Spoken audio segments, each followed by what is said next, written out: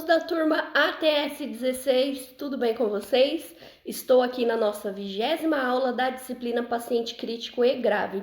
E hoje nós iremos falar sobre o tema de humanização, em específico humanização em UTI, mas é claro que esse conceito abrange qualquer setor, qualquer área, instituições internas ou externas de saúde, né? Eu espero que vocês gostem dessa aula. Eu iniciei aí falando o conceito de humanização e como ele foi implantado no Programa Nacional de Humanização, principalmente na rede pública. Qualquer dúvida pode me deixar uma pergunta via portal, me mandar um e-mail, que nós iremos nos falando por lá, tudo bem? Então vamos lá.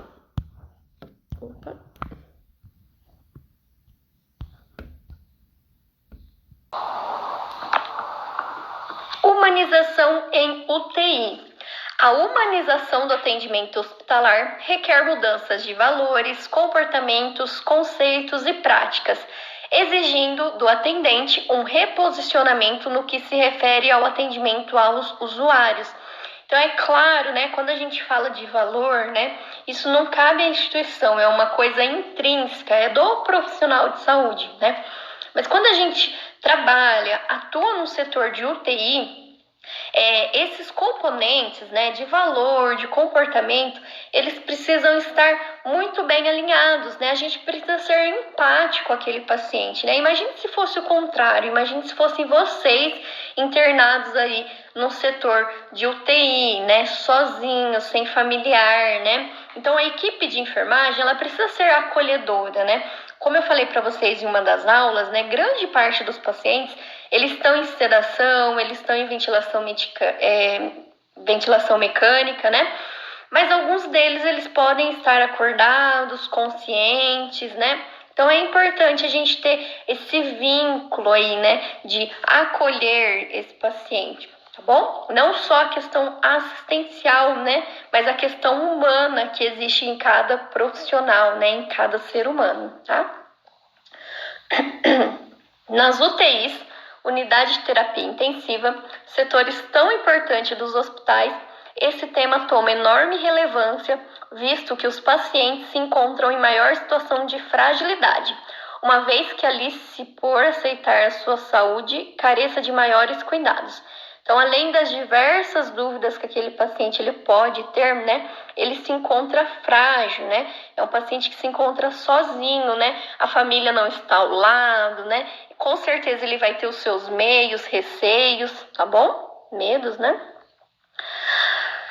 Já agredidos pela situação, os pacientes se sentem desamparados se não puderem contar com a proximidade dos profissionais de saúde e de seus familiares com esclarecimentos sinceros e honestos sobre a sua situação.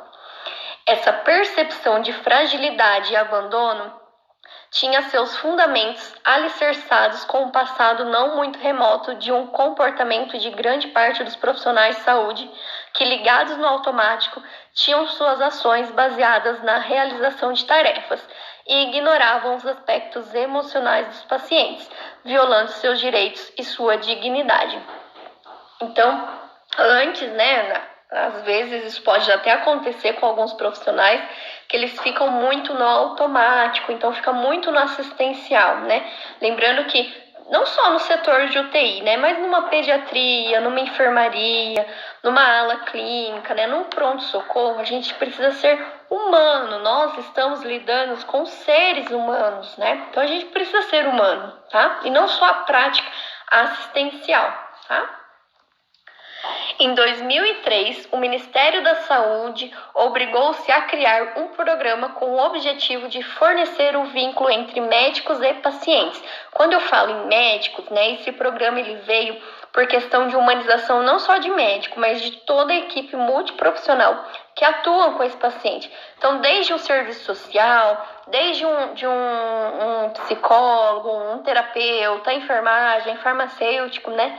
Essa política ela veio implantando todos os profissionais de saúde que têm contato aí, vínculo com esse paciente ou acompanhante, tá bom? O Programa Nacional de Humanização tenta mudar o conceito baseado apenas no voluntarismo, assistencialismo e paternismo, o que tem como base é a questão de acolher, né, envolver esse paciente no plano terapêutico.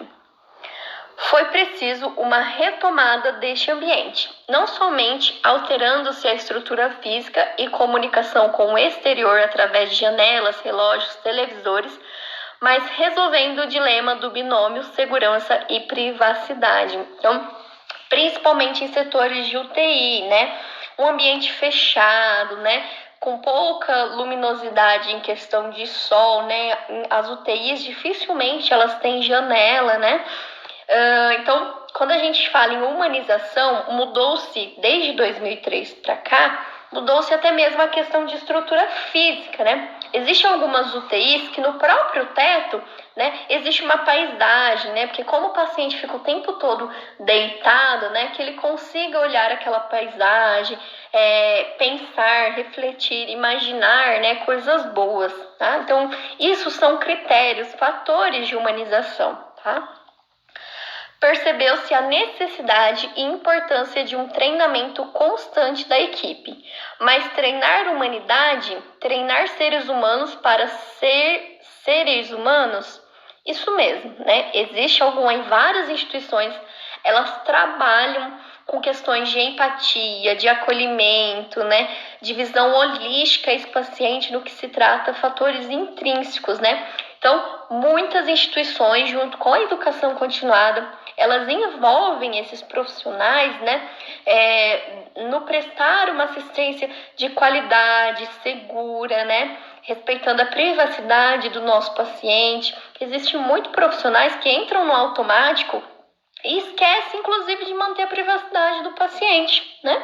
Lembrando que para o profissional aquilo não é novo, é a rotina dele, né? Mas para o paciente é algo totalmente novo, desconhecido, que causa medo, né? Receios, tá bom? Estranho, mas humanizar é uma habilidade e requer treinamento constante. É preciso recuperar a preocupação com a necessidade, ou seja, em última análise, é preciso colocar-se no lugar. Então, humanização é uma coisa intrínseca do profissional? Com certeza. Todo mundo tem isso dentro de si e precisa ser estimulado, né? Desde o momento de conversar com o paciente, falar bom dia, muito obrigada, perguntar se está tudo bem, isso precisa ser estimulado, né? Não só aí quanto instituição, mas nós quanto profissional, né? Como seres humanos, a gente precisa praticar a humanização e a empatia, tá bom? Não só com os nossos pacientes, mas com nossos familiares, amigos, né? Treinar todos os dias, entrar no quarto e dizer: meu nome é tal, minha função aqui é tal, e vou cuidar de você nas próximas horas, e se precisar de mim eu estarei aqui. Isso é desligar o automatismo, onde as ações são baseadas exclusivamente na realização de tarefas. Humanizar. É preciso atitude, desenvolver vínculos solidários, uma postura, um sentimento. É compreender os medos, as incertezas e as angústias, né? Isso a gente tem que ter em mente que o paciente é algo novo para ele, tá? E ainda valorizar todos os elementos implicados na assistência, ou em última análise, é desenvolver o respeito afetivo ao outro. Estar internado em uma UTI nos remete inexoravelmente ao pensamento de morte, justificando o medo e a insegurança nessas unidades. Então, não só os familiares, né? Mas os próprios pacientes, eles ainda têm esse paradigma, né? Esse conceito de que pacientes que estão na UTI, né? Eles irão morrer, né? Que irão a óbito, né? Que na verdade, né, a UTI, como a gente já viu, recebe pacientes graves, né, ou com alto risco de vida aí, mas não necessariamente que eles vão a óbito, né? É necessário lembrar aos profissionais de saúde que essas unidades serão moradas temporárias ou finais para quase todos nós. Então, quando a gente fala em UTI, né, é um setor crítico, né, que muitas vezes, do mesmo jeito que o paciente ele pode se estabilizar e ter alta para uma enfermaria, esse paciente pode piorar o quadro clínico e ir a óbito, tá? É claro que hoje existem vários meios, vários planos terapêuticos, né, para recuperar esse paciente o quanto antes, né? Mas a gente tem que ter em mente que a UTI é um setor de risco, né? Importância dos familiares no processo. Entender a dimensão do ser humano não apenas como um ser biológico, mas como um ser psicossocial que tem emoções, sentimentos e pudores, a parte fundamental desse processo. Entender que, apesar de adoecer junto com o paciente, a família é parte fundamental na sua recuperação. Então, esse paciente, ele saber que tem o vínculo da família próximo, né? Esse envolvimento no momento das visitas, né? Enfim, tudo isso estabelece aí até mesmo um plano de recuperação, tá?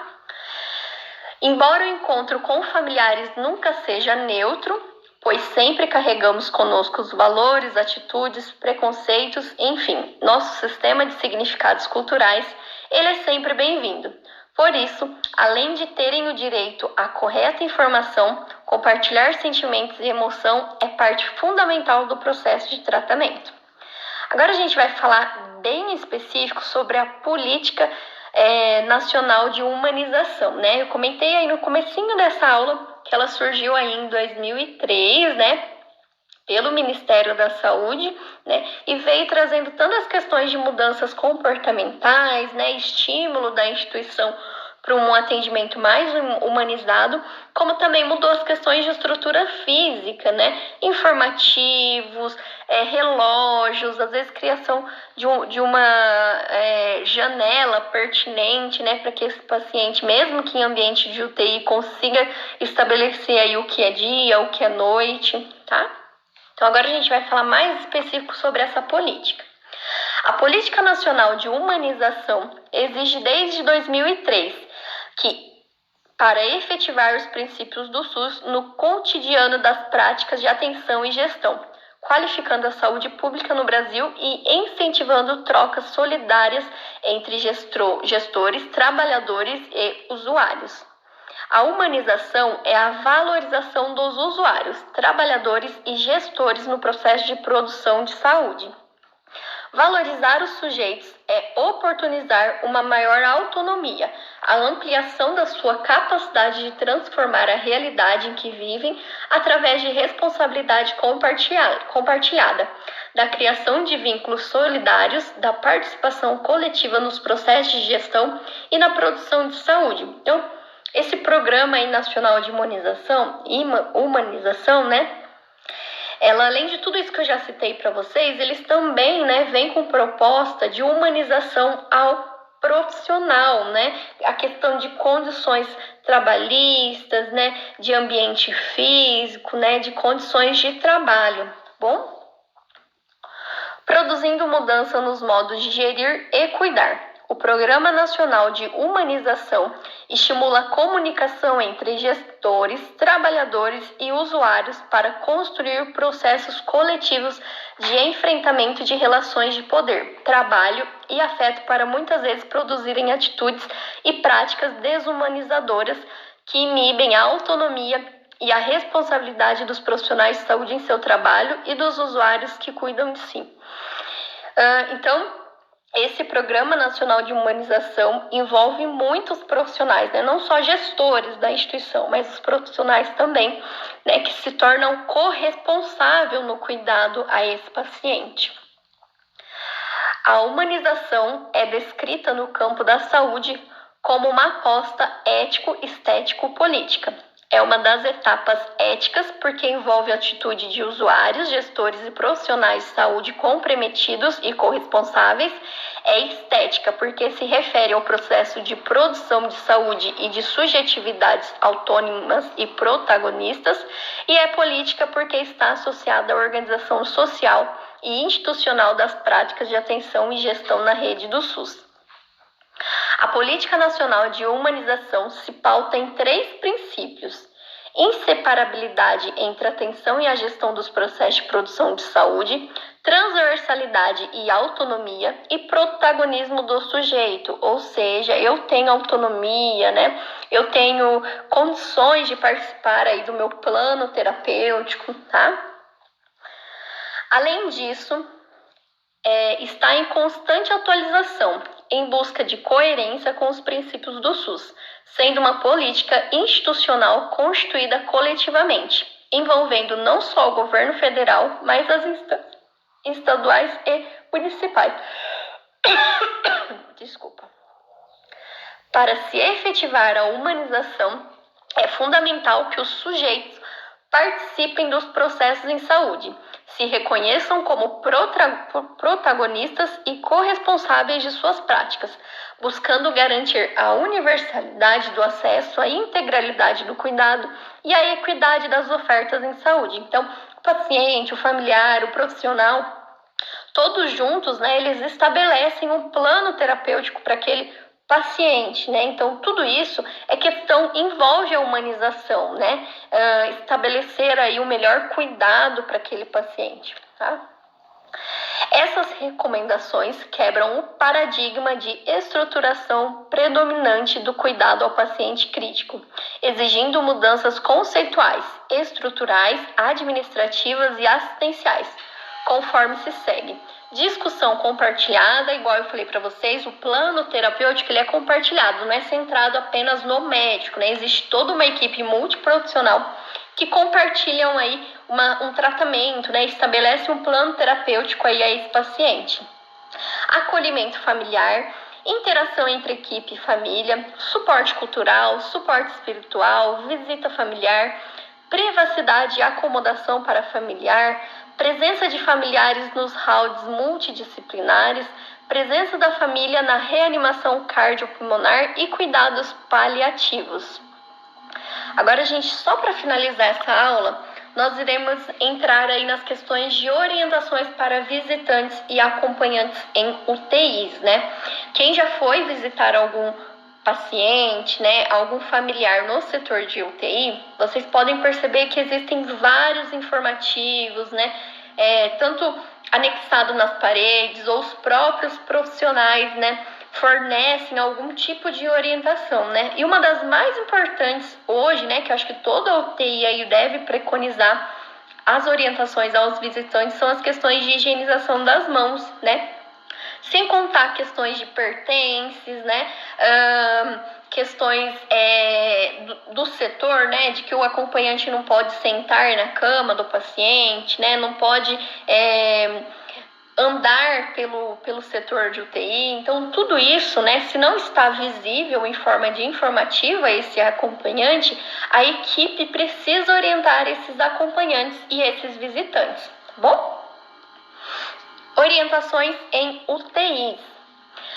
Há mais de uma década e meia, o relacionamento com o paciente sobre tratamento hospitalar vem sendo valorizado. O visitante passou a ser considerado como parte contribuinte na recuperação do doente.